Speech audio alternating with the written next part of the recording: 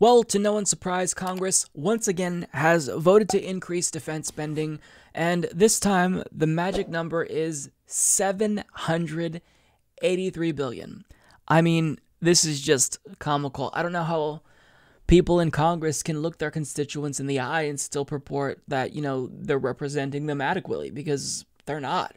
Imagine what we'd be able to do with that much money to help Americans, with half of that money, with a quarter of that money. Imagine all of these social programs that we'd be able to fund. It's absolutely ridiculous at this point, and it shows that our priorities are completely backwards. Now, I'm going to get into the specifics of just how ridiculous our defense budget is, but first, I want to show you a clip that Bernie Sanders posted to his Twitter and YouTube channel, because I think that he really puts everything into perspective, and he responded to this almost immediately, and I think that that's really important. Take a look. I am very proud that I am the only candidate in the Democratic primary to have voted against all of Trump's defense budgets. There is something a little bit wrong when we are now spending more money on the military than the next 10 nations combined. And at a time when we have some 500,000 men and women sleeping out on the streets or in emergency shelters, we're now spending close to $750 billion a year on the military. We need a strong defense to protect America, not to make the military-industrial complex huge profits.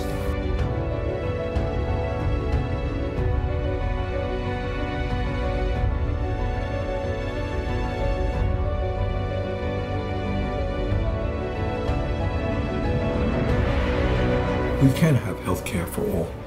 We can raise the minimum wage to a living wage. We can make public colleges and universities tuition-free. And you know what? We can cancel all student debt. We can do that when the American people come together in the fight for justice. And that's the fight that I look forward to leading.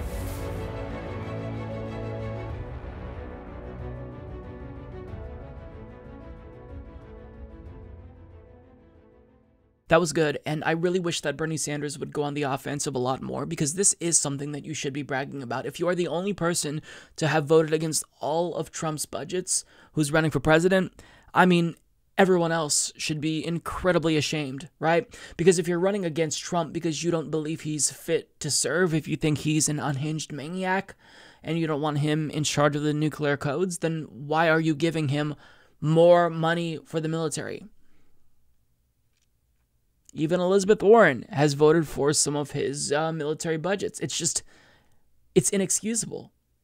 If you truly believe that Donald Trump should not be president, he's unfit to serve, then every single person running for president who voted for a single Trump military budget should be forced to explain to the American people why they gave this maniac billions more to spend on the military when there are crises here at home not being addressed. Flint still doesn't have clean drinking water. People are dying every single year because they don't have health care.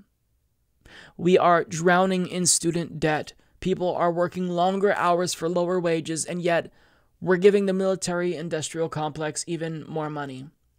They have to explain that to us because it's absolutely ridiculous. Now, to put this into perspective, Bernie Sanders tweeted, "Congress just passed a $738 billion defense package. We spend more on defense than China, Saudi Arabia, Russia, India, the UK, France, Japan, Germany, South Korea, and Brazil combined. We need to fundamentally change our priorities as a nation." And when it's really put into perspective like that, when you see that we're outspending all of those countries, it shows how ridiculous our government is. They don't care about us. Now, Bernie Sanders didn't actually make this very clear, but we're outspending the second and third and the fourth and fifth biggest spenders in the world combined.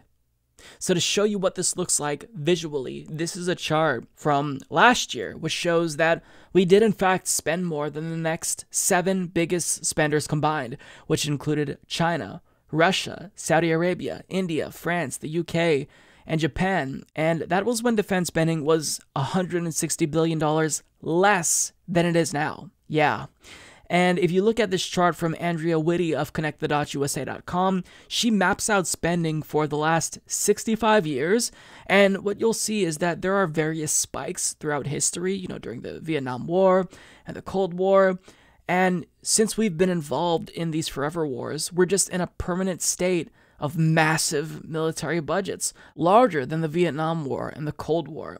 Now, we should cut our military budget by half at a minimum, but even if we only reduce spending by about a third from 2018 spending, again, when it was only at 600 billion, I use only 600 billion, that word very loosely, we could fund 3.6 million in infrastructure jobs, or give away 34.4 million in Pell Grants of almost $6,000 each. We can give over 56 million low-income adults healthcare. And to really put it all into perspective, look at the chunk of our total budget that we dedicate to defense spending. This is from 2018 again.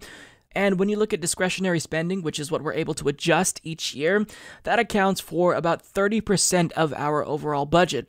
Now, of that discretionary spending, which is the yellow portion of the chart here, look at how much we spend on the military. Almost half of our discretionary budget goes towards defense. Sometimes it's more than half. And that accounts for about 15% of our total budget on the military. 15%. That's insane. And it's probably higher now because we increased military spending by more than 160 billion compared to what we were looking at here on these charts. So, what do you say about this? Our priorities are completely backwards. We're spending so much on death and destruction, and the media isn't even going to bat an eye and ask anyone in Congress how they're going to pay for it. But when we talk about saving lives and passing Medicare for all of a sudden we better make sure we have a plan to finance it. Is this increase going on the deficit? Is this increasing the deficit? Where's all of our deficit hawks in the media and in Congress? There's this double standard. It's perfectly acceptable and reasonable because we live in a culture where we worship death and destruction. And, it's just our duty to be the world's police and, do what empires do. But it's time we start reevaluating our priorities. And as Americans, we realize that if we stop spending this much money on the military, a metric fuck ton every single year, we can actually take care of our people, which I think is kind of important given that there's no imminent threats to the United States.